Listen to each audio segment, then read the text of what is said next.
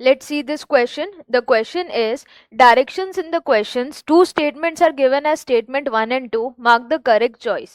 तो statement 1 है karyokinesis is not followed by cytokinesis. तो यहाँ पर एक concept जो use हो रहा है that is M phase.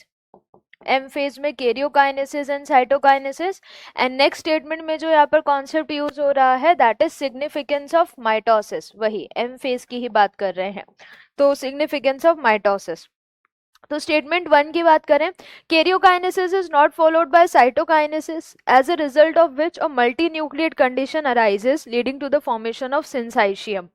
अब ये बोला गया है कि कैरियोकाइनेसिस हो गया यानी दो न्यूक्लियस बन गए, लेकिन बार बार कैरियोकाइनेसिस हो रहा है लेकिन साइटोप्लाज्मिक डिवीजन नहीं होगा, तो उससे क्या होगा, मल्टी न्यूक्लिएट कंडीशन अराइज होगी और इस मल्टी न्यूक्लिएट कंडीशन से यहाँ पर क्या तैयार होगा, सिंसाइशियम।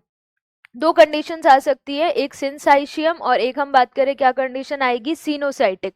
तो यहाँ पर ये बोला है कि karyokinesis is not followed by cytokinesis और उससे यहाँ पर एक मल्टी न्यूक्लिएट कंडीशन अराइज हो रही है जिसको सिंसाइशियम नहीं बोलेंगे, क्या बोलेंगे, सिनोसाइटिक कंडीशन। चाहे सिंसाइशियम हो या सिनोसाइटिक हो, दोनों ही मल्टी न्यूक्लिएट कंडीशन होती है, लेकिन सिंसाइशियम मल्टी न्यूक्लिएट तब बनेगी जब फ्यूजन ऑफ सेल्स हो, लेकिन सिनोसाइटिक कंडीशन तब बनेगी जब सिर्फ न्यूक्लियर डिवीजन हो रहा है, आगे सेल मेम्ब्रेन फॉर्मेशन यानी साइटोप्लाज्मिक डिवीजन नहीं है। तो इस स्टेटमेंट के हिसाब से क्या जाएगा, coenocytic. Statement 2, cell growth disturbs the ratio between nucleus and cytoplasm, ये बिल्कुल सही है।